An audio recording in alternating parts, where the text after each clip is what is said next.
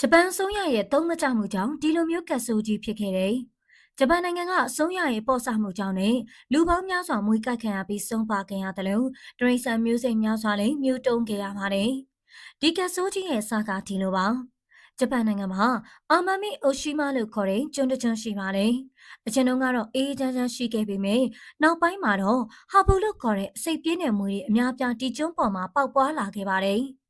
ဒါကြောင့်မင်းဒီကျွန်းကိုတိမ်မင်းတမန်ကျွန်းလိုတော်တင်စားခေါ်ဝေါ်ခဲ့ကြပါတယ်။ဒါ့အပြင်ဒီမွေတွေကြောင့်ကျွန်းပေါ်ကလူတွေဟာဒုက္ခရောက်ခဲ့ကြပြီးတလကိုလူရနဲ့ချီမွေကြိုက်ခံနေရပါတယ်။အကြိုက်ခံရတဲ့လူတွေမှာဆိုရင်ယောဂလက္ခဏာအနေနဲ့အစပိုင်းမှာမူးတာအန်နာရီဖြစ်ကြပြီးအများစုကတော့အသက်မရှင်နိုင်ကြပါဘူး။အချိန်တော်ကြာတဲ့အထိဒီဟာဘူးဆိုတဲ့မွေစိတ်တွေဖြည့်ဆည်းမရှိခင်ပါဘူး။နောက်ပိုင်းမှာဖြည့်ဆည်းပေါ်လာပေမဲ့မြို့ပေါ်ကဆေးရုံကြီးတွေမှာပဲရရှိနိုင်တာကြောင့်မွေကြိုက်ခံရတဲ့ကြီးလက်ဒေသကလူတွေအတွက်သူတို့ရဲ့တက်ကိုအချိန်မီကယ်တင်ခဲ့နိုင်တာမျိုးမရှိခဲ့ပါဘူး။ဒီအချိန်ကြီးကြောင့်ပဲကျွန်းပေါ်ကသူတွေအတွက်မျှော်လင့်ချက်မဲ့နေတယ်လို့ဖြစ်နေပြီးလူတွေဟာမွေကြိုက်ခံရမှကြောက်လို့တဖြည်းဖြည်းနဲ့ကျွန်းကိုစွန့်ခွာသွားခဲ့ကြပါတယ်။ဒါကြောင့်ပဲဂျပန်အစိုးရက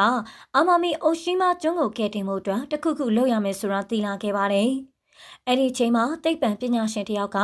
မွေစားတဲ့မွေစိတ်တံကိုလည်းခံနိုင်တဲ့တရိษံတစ်မျိုးကိုကျွန်းစီလှုပ်ပေးလိုက်မယ်ဆိုတဲ့ထူးထူးဆန်းဆန်းတွေးတစ်ခုကိုရခဲ့ပါတယ်။ဒါကြောင့်ပဲမွေတွေကိုတိုက်ထုတ်ဖို့အတွက်အကောင်းဆုံးတရိษံကိုရွေးချယ်နေကြရင်းနဲ့နောက်ဆုံးမှာတော့မွန်ဂိုလို့ခေါ်တဲ့မွေပါကောင်တစ်မျိုးကိုရွေးချယ်လိုက်ကြပါတယ်။ဂျပန်အာဏာပိုင်တွေကဟာဘူမွေတွေကိုရှင်းလင်းမှုအတွက်မွေပါများပြားကိုအာမမီအိုရှိမာကျွန်းပေါ်ကိုခေါ်ဆောင်လာခဲ့ကြပါတယ်။မွန်ဂိုဆိုတာကအင်္ဂလိပ်ခေါ်ဝေါ်ဖြစ်ပြီးတော့တကယ်တော့မြန်မာပြည်မှာမွေပါလို့ခေါ်ပါတယ်။မွေပါတွေကတာဆာနုတိုက်တတဝါတစ်မျိုးဖြစ်ပြီးတော့ခြေထောက်တူတူမျက်နှာချွန်ချွန်နဲ့ကိုယ်ခန္ဓာမီးကိုရောင်ရှိပြီးတော့အညိုရောင်မွေးတွေဖုံးလွှမ်းထားပါတယ်။မွေပါတွေကလူသိများတာကတော့မွေစိတ်တံကိုခံနိုင်ရရှိခြင်းကြောင့်ပါ။ဒါကြောင့်မဲသူတို့ဟာမွေဟောက်လို့စိတ်ပြင်းတဲ့မွေတွေကိုတော့ဖမ်းဆီးနိုင်ကြပါတယ်။ဒါပေမဲ့ဒီမှာပြဿနာတစ်ခုရှိနေပြန်ပါတယ်။ဝေဘာနေဟာဂျပန်နိုင်ငံရဲ့စက်မဟုတ်ပဲအိန္ဒိယ၊ဘင်္ဂလားဒေ့ရှ်၊ပါကစ္စတန်၊နီပေါနဲ့ဘူတန်တို့လိုနိုင်ငံတွေကလာတာပါ။ကျွန်းပေါ်လှုပ်ပေးလိုက်ပြီးမကြခင်မှာပဲ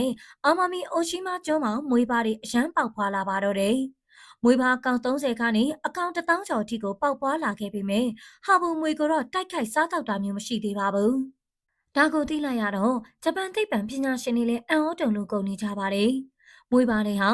ဘူမွေတွေကိုဖမ်းဆီးဖို့စိတ်မဝင်စားကြပါဘူး။အကြောင်းရင်းကတော့မွေပါတွေဟာနေ့ဘက်မှာလှုပ်ရှားပြီးဟာဘူမွေတွေကတော့ညဘက်မှာပဲထွက်လာကြတာပါ။ဒါကြောင့်ဒီတရိษံနှမျိုးဟာတနေကုန်တစ်ကောင်နဲ့တစ်ကောင်တွေ့ဆုံနေမရှိကြပါဘူး။ဒါအပြင်ကျွန်းပေါ်မှာကျွတ်နဲ့ရုံလိုသားကောင်ငယ်လေးတွေများကြီးရှိနေတော့မွေပါတွေဟာအစိတ်ပြင်းတဲ့မွေကိုအသက်ဆွပြီးဖမ်းဆားတာထက်ဆိုင်ရင်ပိုပြီးဖမ်းလို့လွယ်တဲ့သားကောင်တွေကိုပဲဖမ်းဆားခဲ့ကြပါတယ်။နောက်ဆုံးမှာတော့ဂျပန်နိုင်ငံဟာမွေတွေနဲ့မွေပါတွေအပြည့်ဖြစ်နေတဲ့ကျွန်းတစ်ခုပိုင်ဆိုင်သွားခဲ့ရပါတယ်။အစိုးရအနေနဲ့မွေပါကောင်ရီကိုရှော့ချဖို့အကောင်ပေါင်း3000ခွဲလောက်ကိုဖမ်းဆီးခဲ့ရပါတယ်။